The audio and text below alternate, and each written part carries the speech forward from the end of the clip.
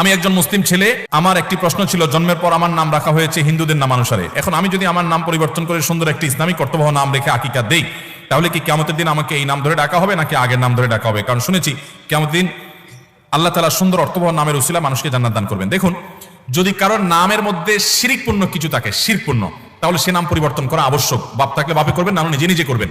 আর যদি শিরকপূর্ণ না থাকে কিন্তু নামটা হয়তো অত সুন্দর না, তাহলে সেটা পরিবর্তন করা আবশ্যক না। আর যদি ভুল নাম সংশোধন করে নতুন নাম রাখা হয়, তাহলে এটার জন্য কোনো আকিকা দিতে হবে না। কারণ আকিকার সাথে সম্পর্ক হলো সন্তানের জন্মের, এর সাথে নাম রাখা, পুনরায় নাম রাখার কোনো সম্পর্ক। আমরা অনেকে মনে করি যে নতুন করে নাম রাখলে আকিকা দিতে হয়। আমরা ছোটবেলায় গ্রাম দেশে শুনেছি যে কারোর যদি নাম, হয়তো একটা নাম রাখা হয়েছে যেটা সবাই ব্যঙ্গ করে, তো একটা ভালো নাম রাখার চেষ্টা করা হয়, ওই জন্য গরু জবাই করে সবাই খাওয়াইতো। এটার উদ্দেশ্য ছিল পুরো এলাকায় মানুষকে ডেকে এনে খাওয়ায়া আনুষ্ঠানিক ঘোষণা দেওয়া যে অমুকের নাম এখন আর এটা না, এখন এটা। এটা হলো নামটা, ভালো নামটা ঘোষণা করার জন্য, ওর সাথে আকিকার কোনো সম্পর্ক